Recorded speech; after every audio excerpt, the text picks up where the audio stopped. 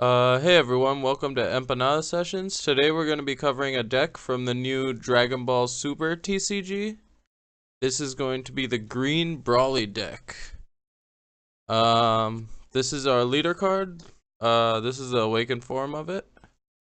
Let you, get a good look at that.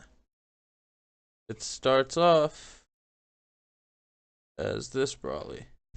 And his ability is, well, first off, his permanent ability is that he cannot attack battle cards.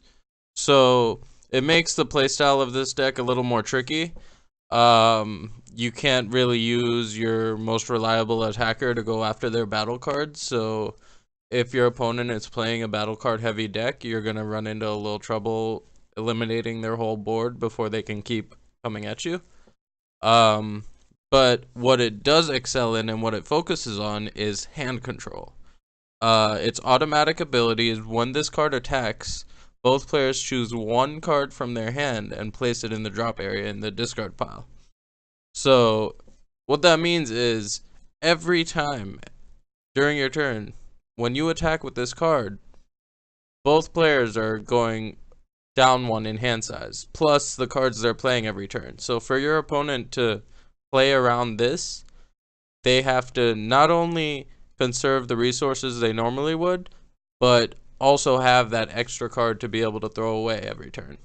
Which, one card, it may not sound like a big deal, but in a card game like this, it actually, it can hurt a lot of decks in a lot of ways. Let's get right into the profile. Probably down there. We're going to start with 4 Human Shield Krillin. He's our blocker for the deck. Let the camera focus, if it ever will.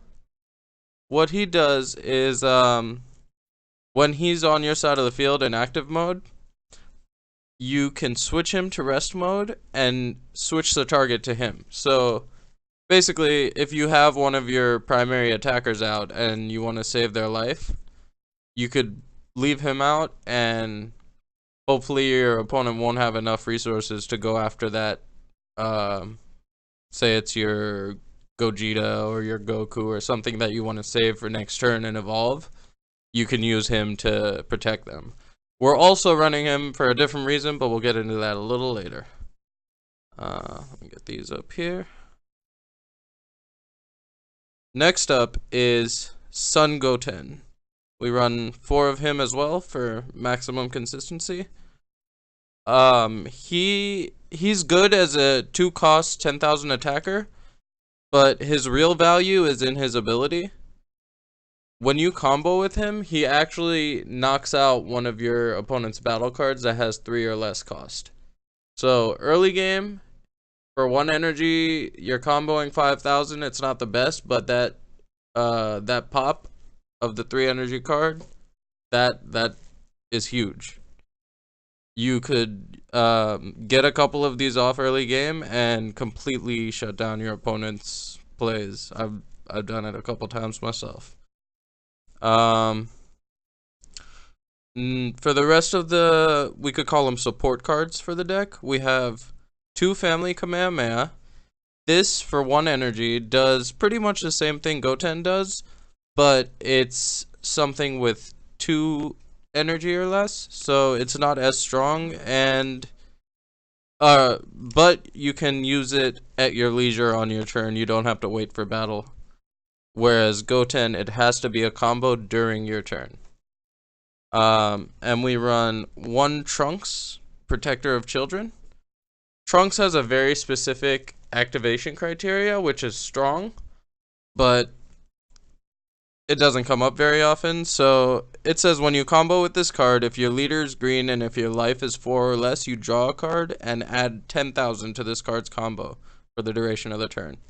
So it's a strong ability, but at the worst, you could tap him for energy, or you could use him as a 2-cost 12,000 attacker, which, if you're unfamiliar with the game, the hierarchy kind of goes 1-cost attackers cost 5,000, 2-cost attackers, or not cost 5,000, but their power is 5,000. 2-cost will be 10,000, and 3-cost tend to be 15,000. So having a 2-cost attacker that will beat most other 2-cost cards is very strong. And finally, for our last, let's say, supporter card, it's King Vegeta's Surprise Attack. This is another way to protect your battle cards. It chooses up to one of your battle cards. It gains 10,000 power and a revenge ability. So,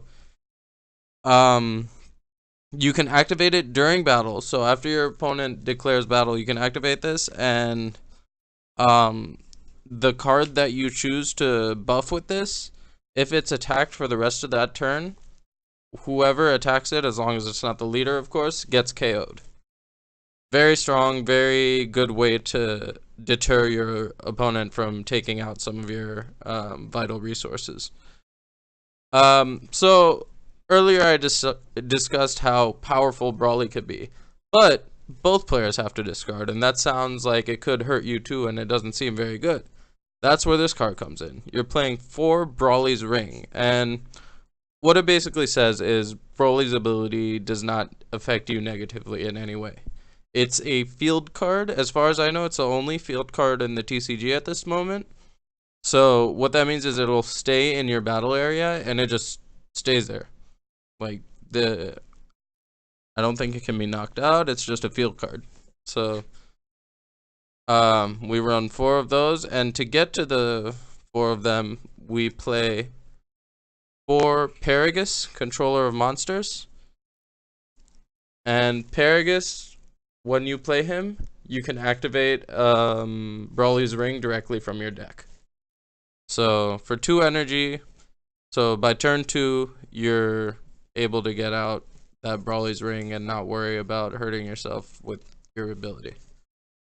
Now on to the real engine of the deck, the attackers. We'll start off with the Overflowing Bio Warrior army.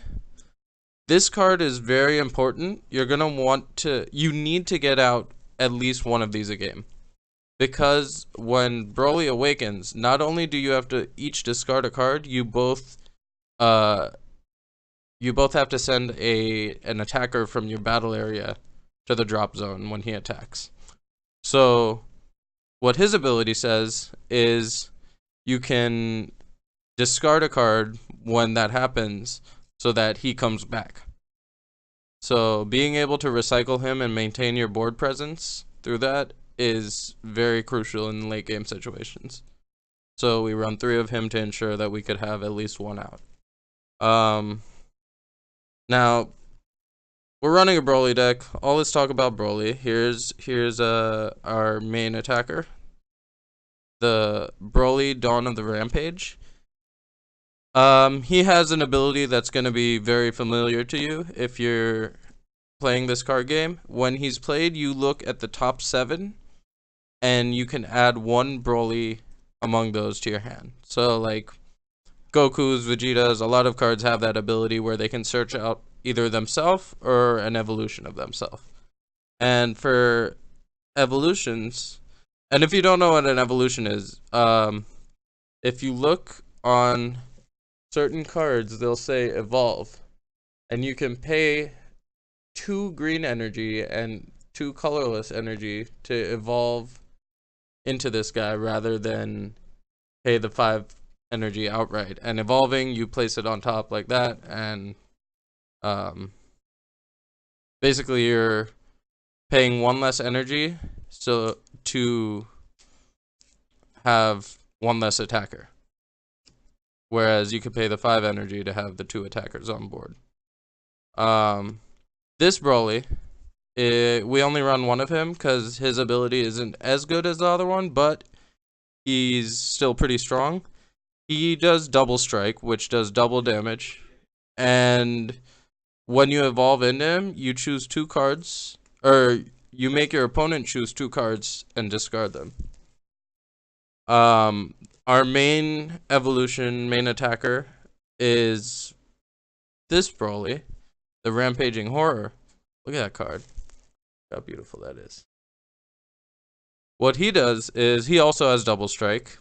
He's 5-cost evolve or a 6-cost regular play, and When you play him down, he does the same thing. It's the 2-drop, but the difference is this is a 20,000 attack and this is 30,000. So 30,000 is the highest attack you're going to see in this game without a combo.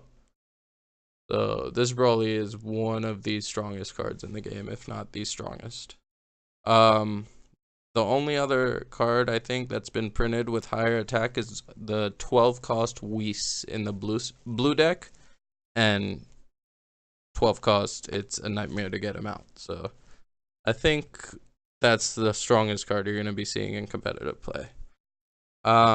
Next up, we have more attackers. We have 3 Son Goku. No effect, just a 2 cost 15,000. So he breaks the normal rule of 2 cost 10,000, 1 cost 5,000 but he has no ability to make up for it. So we run 3 of him just to have like a consistent attacker early game, some board presence, and because we run one of these guys. Now, a 6 cost attacker isn't usually viable if you're not evolving into him, but this guy's so strong that we had to play one. What he does is he has double strike like the Broly, but when you evolve into him, or rather, when Krillin, or if this Krillin is in your drop area, he gets triple strike. So you're doing triple damage with this card.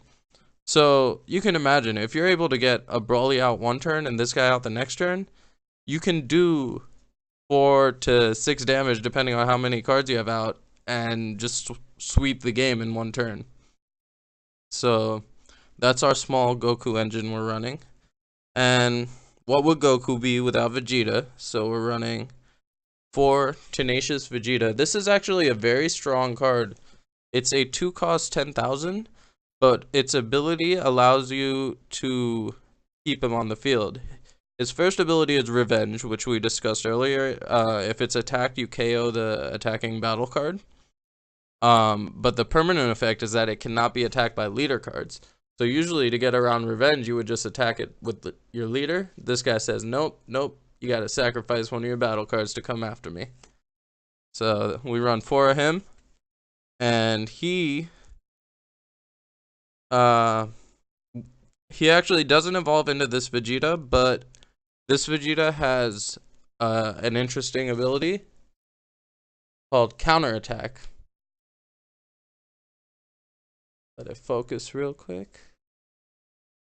I guess not. The counterattack ability will let you play this card whenever your opponent attacks. So like, out of nowhere, you could have those 4 energy on board. Your opponent decides, oh, I can take the game here, but then you're like, nope, there's a Vegeta on board. And when you play him, you choose a battle card with 4 or less cost and KO it. So he's like a trap card, kind of, where you make your opponent think you have nothing, and then boom, they attack. Suddenly their 4 cost attacker is dead, and you have a strong 20,000 4 cost attacker on board. So these 2 Vegetas are more utility cards than consistent attackers, but they're very powerful in their own right.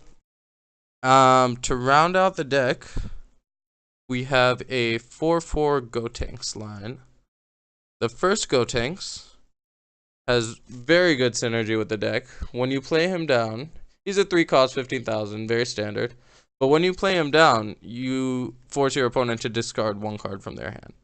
So that extra discard, plus Broly's ability, means you're knocking 2 cards out, maybe even more if you're able to play down multiples of this guy. It's super strong. And finally, he can evolve into Super Saiyan Gotenks. And Super Saiyan Gotenks, we play 4 of him. Super cool looking card. When you play him, you choose 2 of your energy and switch him to active mode. So you get to reuse energy, and you get to draw a card, so it replenishes your hand. And, oh, I don't think I mentioned, this has double strike, and this as well has double strike. So you have strong, consistent attackers throughout the deck. It's probably the trickiest deck out of the 4 archetypes to play because of the need to play nearly perfectly to maintain your board state and maintain your combos. Losing a Broly early could set you back getting one of these out. Not having enough cards in hand can hurt you as much as you're trying to hurt your opponent with it, so you got to be careful how you manage that. There's turns where you might actually have to only play energy and not play one of your attackers down because you don't know if you're going to have the resources to continue playing the following turn. The stall potential is there, and it's very strong if you play it effectively, but I would imagine that this would require the most testing and just time with the deck to be effective with. Its win condition is the hardest to meet, probably, but it's the most frustrating for your opponent to play against. Not having cards in your hand and not being able to do anything every turn, no deck is able to play around that.